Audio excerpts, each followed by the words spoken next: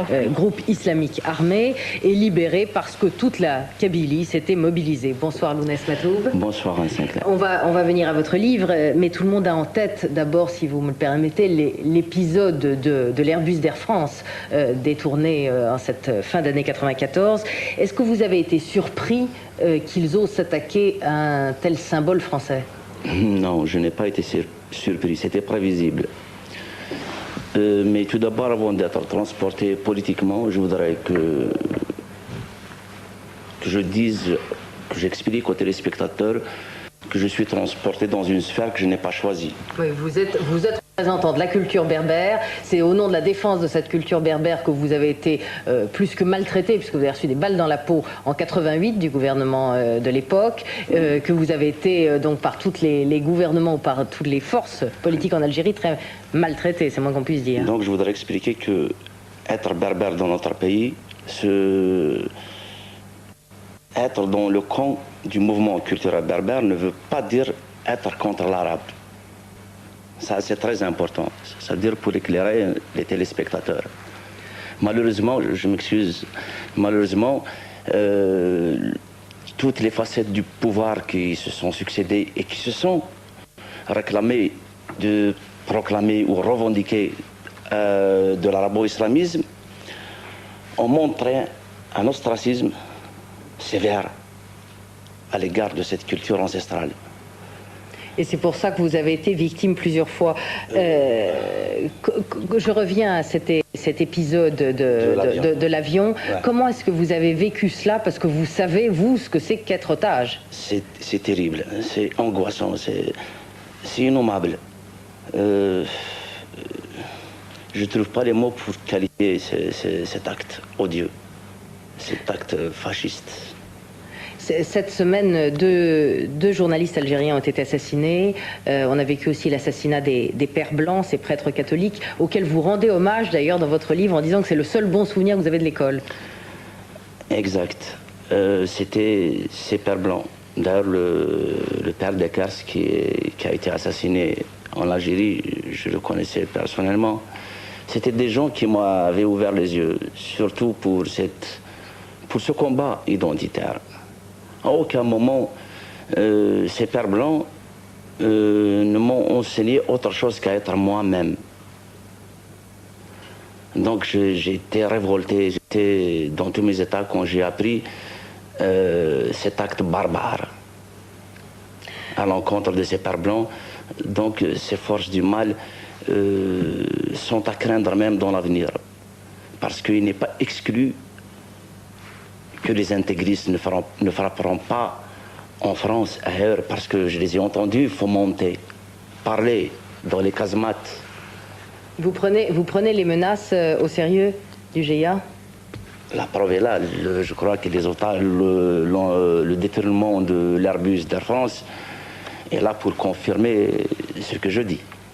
Alors vous racontez dans ce livre, Rebelle, votre enlèvement et particulièrement le trajet en voiture après qu'il vous ait enlevé, où on vous a dit « Toi, tu es l'ennemi de Dieu ».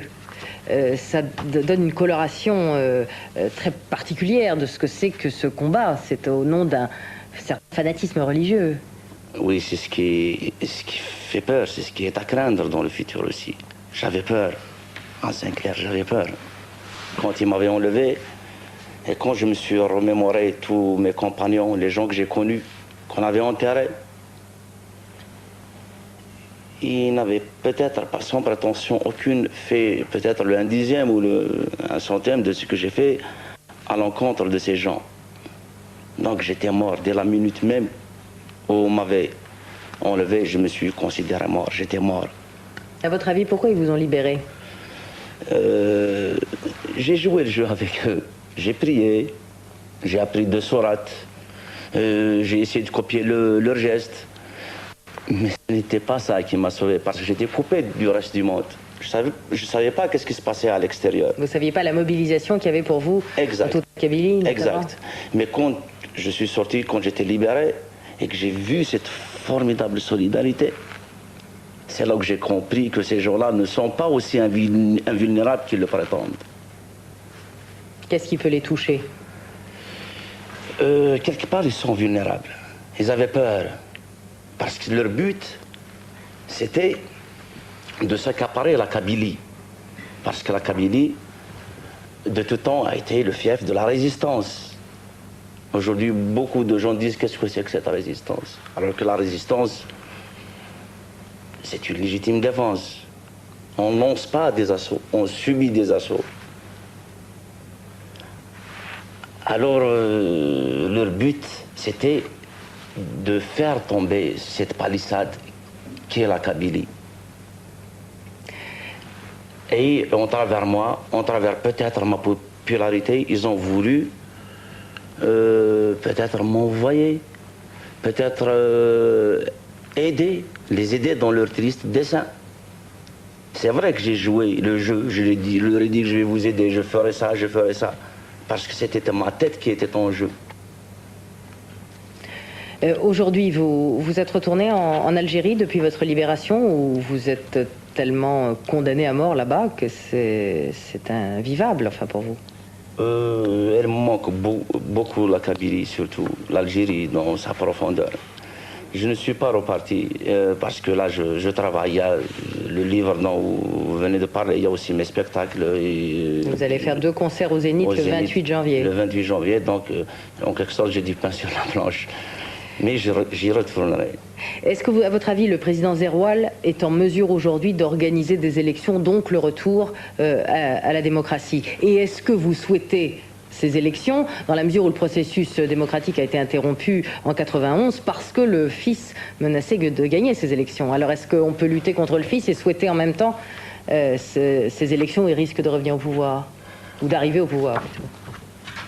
En Sinclair, aucun homme de bonne volonté ne pourrait ne pas être d'accord, du moins sur le principe des élections. Mais aujourd'hui, on assiste à un terrorisme au quotidien. C'est des dizaines, des centaines de morts qu'on compte tous les jours. Donc le climat, je suppose, le climat n'est pas favorable à l'organisation de ces élections. Philippe de Villiers, vous avez écouté Lounès Matoub avec attention, j'ai vu. La question qui se pose aujourd'hui, c'est de savoir ce que la France doit faire vis-à-vis de l'Algérie. Est-ce qu'elle doit aider qui, comment, ou lier son aide à un retour à la démocratie? Et deuxième question, est-ce qu'aujourd'hui la France doit se faire plus accueillante qu'elle ne l'est, et elle l'est, c'est vrai, beaucoup moins qu'hier, pour les opposants algériens qui souhaiteraient venir en France? Je crois que, d'abord, je voudrais saluer le courage de Matoub Lounès, où on dit Lounès, c'est votre prénom? Lounès, c'est son prénom. Votre prénom, Lounès Matoub. Votre courage physique, et votre courage tout court, et puis votre combat pour l'identité berbère. C'est tout à fait admirable. Et puis ensuite dire que, en vous écoutant, je pense que la réponse à la question, elle est dans ce que vous avez dit tout à l'heure. Je suis pas sûr que ce soit l'intérêt de l'Algérie que de voir la France s'impliquer. Je suis même certain du contraire. Moi, je pense qu'aujourd'hui, la France doit considérer l'Algérie comme un État indépendant, mais ne pas s'impliquer en choisissant l'une des factions en présence, d'une part pour ne pas importer chez nous cette guerre civile, et d'autre part parce que ce que veut le fils aujourd'hui, et je crois que vous l'avez dit récemment dans une interview, c'est pouvoir se débarrasser de ses adversaires en les envoyant dans toutes les bases arrières européennes. Et je voudrais que vous confirmiez devant les téléspectateurs français ce que vous avez dit dans une interview récente à un grand hebdomadaire français, en disant qu'un de vos geôliers, que vous avez reconnu, vous a dit avoir été contacté dans une mosquée de la banlieue parisienne, et que par ailleurs, les autres geôliers vous avez dit, nous, de toute façon, on va d'abord faire de l'Algérie une république islamique, puis du Maroc, puis la Tunisie, puis la France. Ça veut dire que la France est en train de devenir une des bases arrières. Excusez-moi, mais là, vous n'avez pas répondu à la question d'Anne Sinclair. Essayez de répondre d'abord à la question d'Anne Sinclair concernant le sort des démocrates qui veulent se réfugier en France Mais avant de me poser cette question... J'ai répondu, mais je vais répéter. Non, je suis désolé. Rapidement, Philippe de Villiers, vous répondez alors sur, en effet, la question que je vous ai posée sur est-ce qu'aujourd'hui on devrait aider plus qu'on ne le fait et alors, j'ai dit, la France ne doit pas s'impliquer. Ça veut dire que le fait d'envoyer, par exemple, 6 milliards de francs par an à la caste militaire répressive d'Alger, pour moi, c'est de l'argent inutile et dangereux dont on ne connaît pas l'utilisation parfaitement. On aurait dû le faire depuis longtemps d'ailleurs. Parce que en s'exposant ainsi, on s'expose à être la cible, on l'a bien vu avec l'affaire de l'Airbus, on s'expose à être la cible. Nous, notre territoire... Je demanderais simplement... Et en toute honnêteté, de demander à la France de ne pas servir de base arrière office aux intégristes, excusez-moi, et de penser quand même au sort des démocrates, parce que les frontières sont aujourd'hui fermées, et ces démocrates sont la proie privilégiée du pouvoir, d'un pouvoir corrompu, et des intégristes. Donc je crois que ça c'est très très important. Quant à souligner, vous savez, les extrêmes, ils se rejoignent d'une manière ou d'une autre. Ça me rappelle, je vous renvoie à un journal de l'extrême droite française qui s'appelait, je crois, Minute, qui disait « Aucune voix ne doit manquer au fils ». C'était en 1991. Pour être très complet, le droit d'asile est un droit sacré. C'est un droit individuel, régalien, accordé par l'État à des gens qui sont persécutés. C'est clair. La France ne faillira pas à sa tradition. En revanche, là, ce dont on parle, ce serait d'un exode massif de toute une population.